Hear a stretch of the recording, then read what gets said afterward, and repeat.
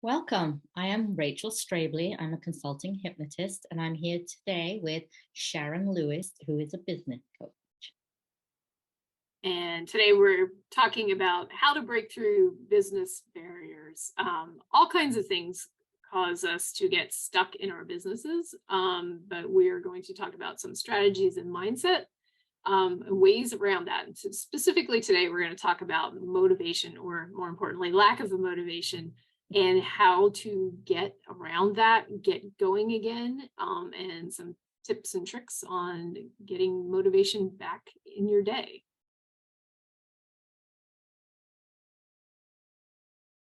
So there are actually two different types of motivations.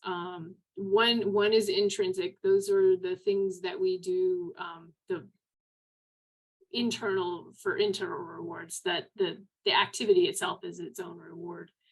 I think those are things that are easier to get excited about and more motivated with because it's more of an internal satisfaction.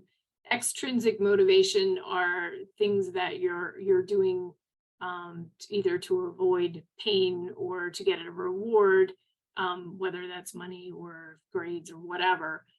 So sometimes those are a little bit more driving because it is coming from an external perspective. But the more motivated you are from both perspectives, both internally and externally, it makes it easier to get started and to get moving with the things that you need to do. So lots of reasons why we can lose motivation. Today would be an excellent example. Had a week's vacation. It's kind of hard to get motivated again, right? So Rachel, what reasons have you come across with your clients for lack of motivation? Definitely overwhelm and self-doubt. And with the overwhelm, we focus on seeing it, breaking the word overwhelm down. The word overwhelm, it just feels like a heavy blanket and doesn't give us options. So if we break it down into challenges, what challenges do you have today? Then we can break it down into which challenges can be addressed more efficiently or sooner than later. And it just takes a lot of stress out of the day when we lose the word overwhelm altogether. How about you? A lot of times when things aren't going as well as we expected, I'll have clients who lose motivation just because it's easier to focus on the problems that you're having than it is on the successes that you've had. Particularly most people in general, a lot of people, that's all they focus on is the negative. So a lot of times it's reconnecting with the wins. I had a client in the past, couple clients, where we start the conversation when we're coaching with what went well in the last 2 weeks. So starting off on that foot rather than focusing on what went wrong. That's a good one. Yeah, it sometimes, and we do this in goal setting, right? So that's part of the goal setting process, is making small achievable goals. Those little wins help you get in the mental mindset of, I can do this, and moving you forward and showing that you've made progress. So trying to get out of that. I think some other lack of motivation that I've come across with clients is the one that says not being satisfied with what you've done. I think a lot of small business owners are perfectionists, and they get stuck in the kind of mindset that it has to be perfect. And I always like the perfection is the enemy of good. Right. So you can't quite finish anything. You get like 95% done and it's not perfect. So you set it aside, and then you're not accomplishing things, and it's hard to go back to it and finish it off. But lots of different reasons, and it's different for everybody, I think. And some days, it's one thing that is bringing you down, and some days it's something else. This is Um, true. but so how do you, if your clients are lacking motivation, how do you work with them?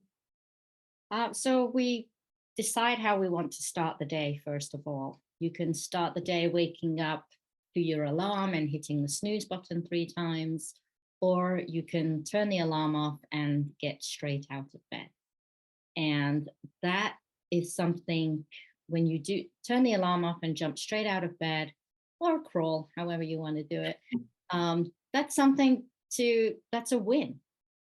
And so you start your day off with a win. It seems too simple.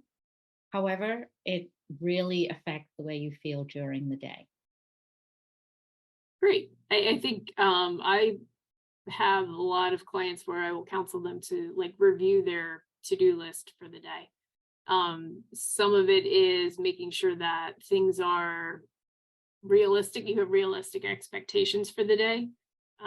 Nothing's worse than, expecting yourself to do far more than you can accomplish in an 8-hour workday.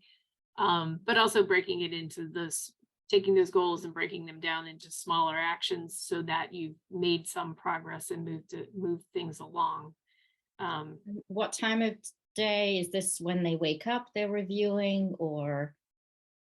That's a good question. It's actually it depends on the person. Mm, So I have some clients who will do it on the weekend and review everything for the week. I personally do it in the morning. It a lot of it is just it's time management mm. skills. It's figuring out what works for you. And everybody's a little different. So it's when you have the most energy and focus to be able to do that.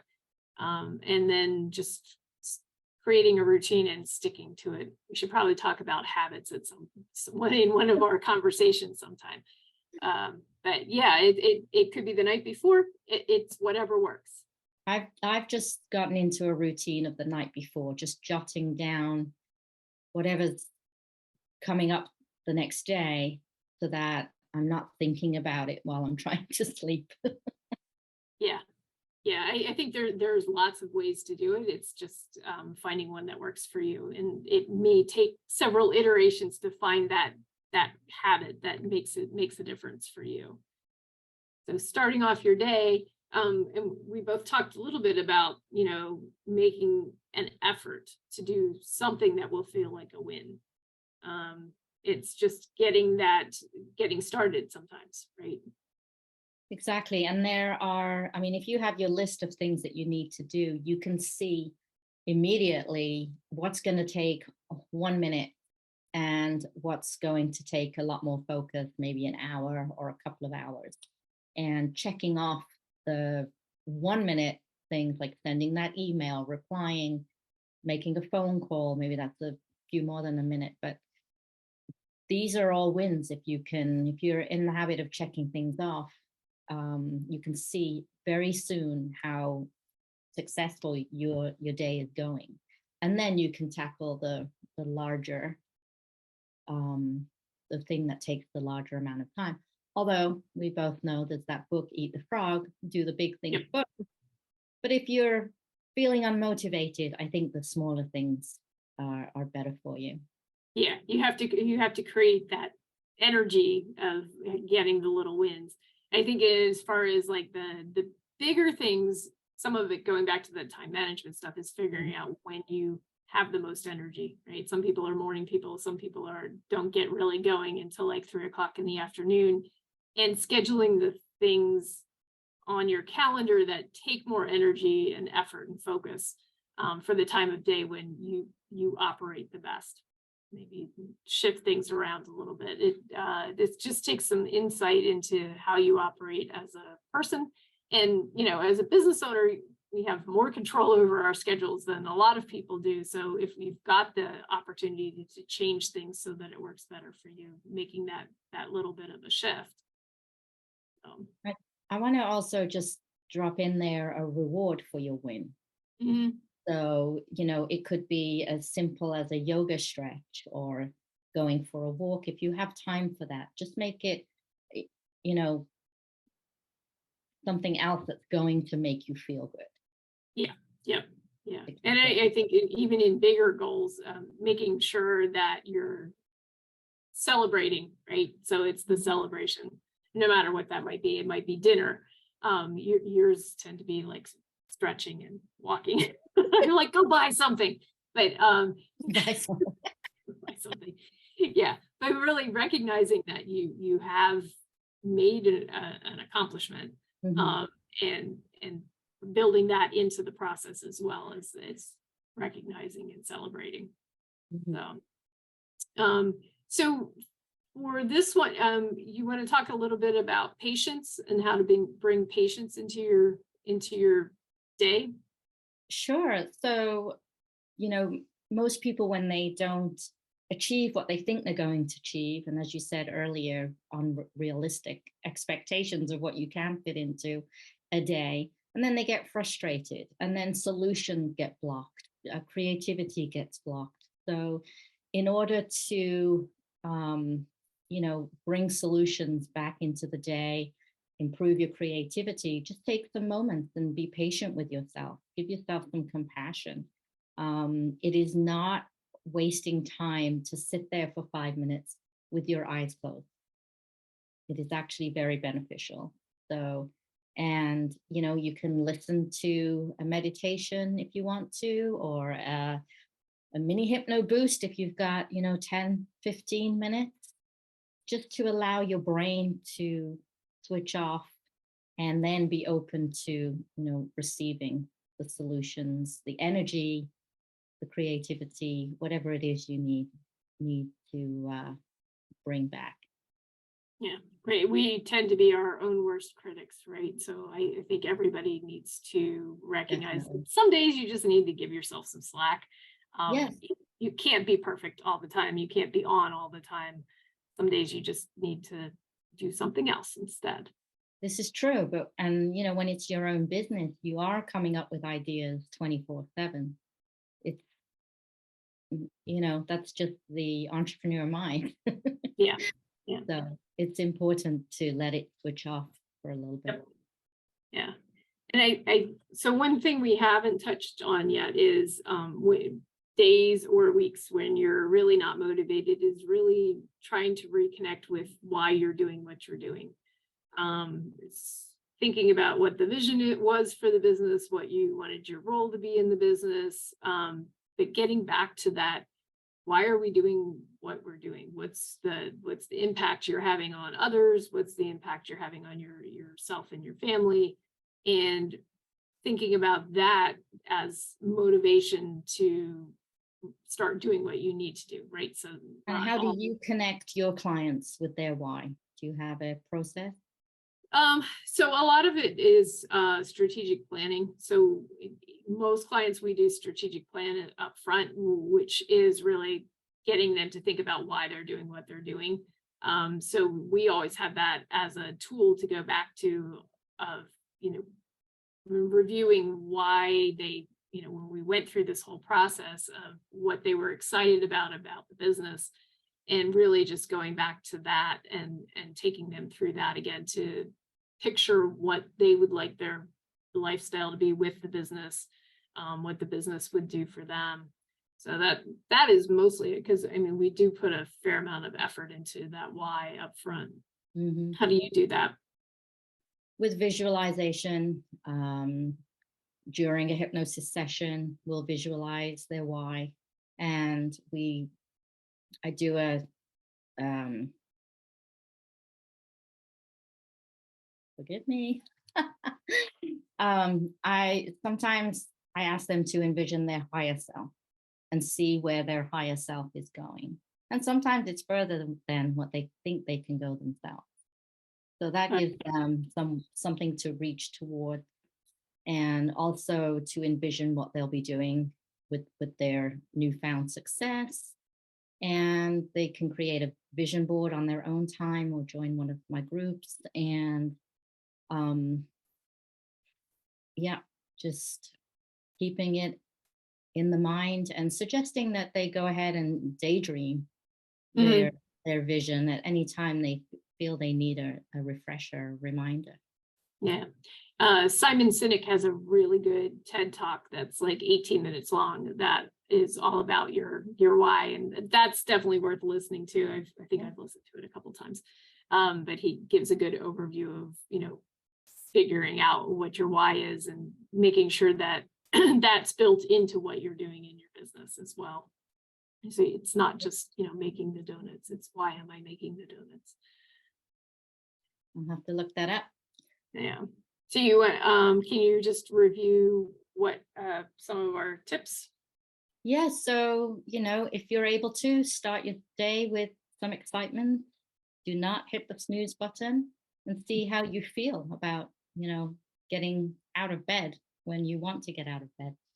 5 or 10 minutes to sit quietly or listen to some music, a meditation, a hypnosis, to allow your brain to reconnect and find the solutions that you need. Being patient with yourself. And yeah, keeping your vision, your why, and focus on the small steps that you have accomplished and the larger steps that you've accomplished throughout your time in your business, and keep moving forward. Anything to add? No, I think a lot of it is just trying to diagnose why you don't have motivation today, or what it is why you're stuck, right? So going back to that list that we had in the beginning of all the reasons people might get stuck and not have motivation, just trying to figure out. So like, are you comparing yourself to others and setting unrealistic expectations, but trying to figure that out and then using that information to help you decide what it is you're going to do in order to break out of it and get yourself motivated again. Exactly. Stop comparing.